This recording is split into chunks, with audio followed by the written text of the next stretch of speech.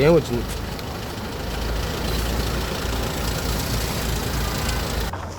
అందరికీ నమస్కారం.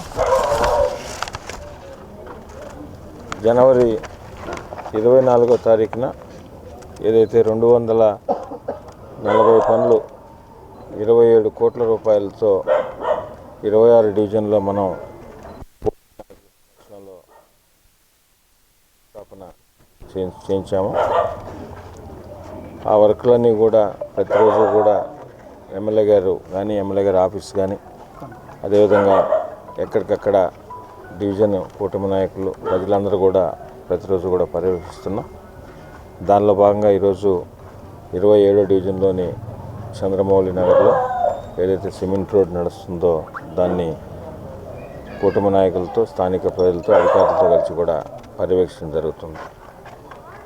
అదేవిధంగా ఎక్కడైతే పనులు జరుగుతున్నాయో అవన్నీ కూడా నాణ్యతతో జరుగుతున్నాయా లేదా, అదేవిధంగా ఇన్ టైంలో జరుగుతున్నాయా లేదా అనే దాని మీద ప్రతిరోజు కూడా ఎమ్మెల్యే గారి ఆఫీస్ నుంచి అందరి నాయకులతో కూడా మాట్లాడుతున్నాం.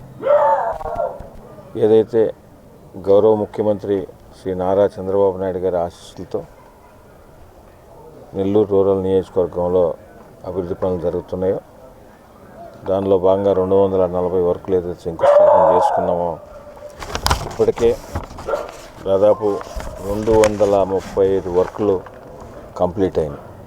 ఇంకా బ్యాలెన్స్ ఒక 5 వర్కులు ఉన్నాయి. అవి కూడా రాబో వారం రోజుల్లో కంప్లీట్ చేసుకొని కంప్లీట్ అయిన తర్వాత క్యూరింగ్ పీరియడ్ మనకు ఒక 14 డేస్ టైం కావాలి కాబట్టి కంప్లీట్ క్యూరింగ్ పీరియడ్ అంతా కూడా అయిపోతుంది. బహుశా మార్చి 3వ వారంలో ఇవన్నీ కూడా ఎలాగైతే మనం ప్రజల చేత శంకుస్థాపన చేశామో కూటమి నాయకుల సమక్షంలో అలాగనే ప్రారంభోత్సవాలు కూడా ప్రజల చేతే కూటమి నాయకుల సమక్షంలో మార్చి 3వ వారంలో చేయడం జరుగుతుందని మీ ద్వారా ప్రజలందరూ కూడా తెలియజేస్తున్నాం. ఇంత పెద్ద ఎత్తున పనులు జరుగుతున్న తరుణంలో ఎక్కడికక్కడ ప్రజలు కూడా వారు కూడా నిరంతరం పర్యవేక్షించడం నిజంగా కూడా చాలా సంతోషం.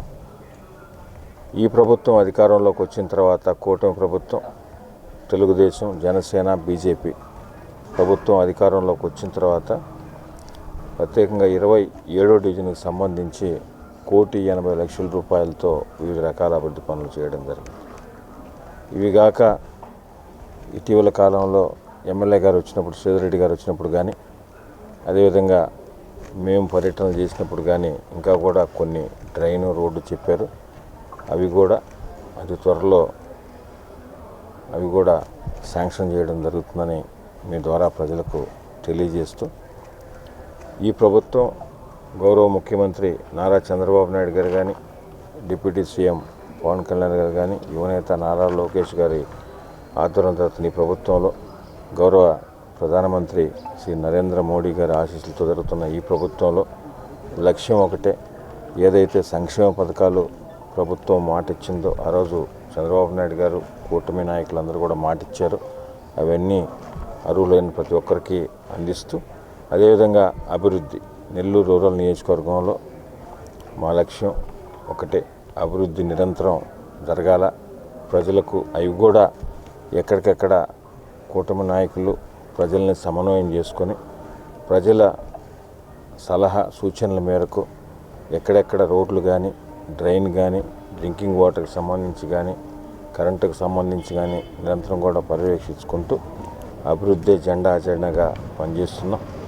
భవిష్యత్తులో కూడా రాబో రోజుల్లో కూడా అదేవిధంగా పనిచేస్తామని మీ ద్వారా ప్రజలకు తెలియజేస్తూ ఇంకేదైనా ఉంటే కూడా ప్రజలు కానీ కుటుంబ నాయకులు కానీ సూచనలు సలహాలు ఇస్తే దాని ప్రకారమే శాసనసభ్యులు శ్రీధర్ గారు కానీ ఎమ్మెల్యే గారి ఆఫీస్ కానీ అదేవిధంగా నడుచుకుంటామని మీ ద్వారా తెలియజేస్తూ ఇన్ని మంచి పనులు చేస్తున్న ఈ మంచి ప్రభుత్వానికి, ఈ కూటమి ప్రభుత్వానికి ఉండాలని, ఎవరు కష్టపడుతున్నారు, ఎవరు కష్టపడి పనిచేస్తున్నారు, అభివృద్ధి ఎవరు చేస్తున్నారు, ఏదైనా అవసరం వస్తే ఫోన్ చేసి